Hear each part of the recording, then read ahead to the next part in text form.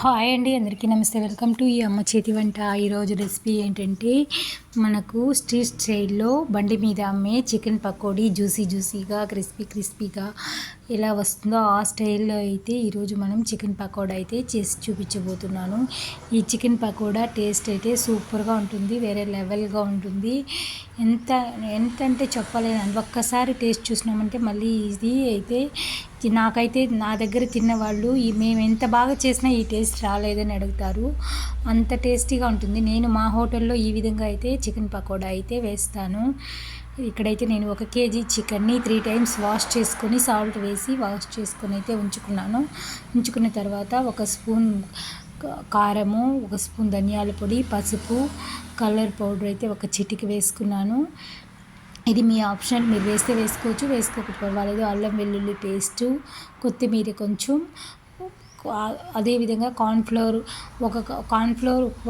Half cup అయితే, మైదా half cup, 2 mixing చేసుకొని అయితే వేసుకొని ఈ చికెన్ పకోడాకి అయితే చికెన్ని ఈ కన్సిస్టెన్సీలో అయితే కలుపుకోవాలి. బాగా మిక్స్ చేసుకోవాలి. ఎక్కడ ఉండలు లేకుండా గడ్డ కట్టకుండా చికెన్ ముక్కలకంతా పట్టే విధంగా నేనైతే ఇక్కడ మార్నింగ్ కలిపి పెట్టేసినాను.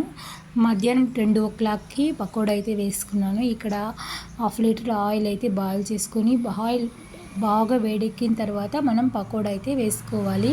పకోడా వేసిన తర్వాత ఆయిల్ని మీడియం ఫ్లేమ్లో ఉంచుకొని నిదానంగా మెల్లగా వేయించుకోవాలి. మనం హై ఫ్లేమ్లో పెట్టి వేయిస్తే పకోడా అనేది రంగు తిరుగుతుంది, కానీ లోపలైతే పచ్చి వాసనగా ఉంటుంది. అలా కాకుండా మనం మీడియం ఫ్లేమ్లో పెట్టి బాగా రంగు వచ్చే వరకు వేయిస్తే చికెన్ పకోడా ఆ వాసనకే మొత్తమే మనం ఒకరే తినేవచ్చు.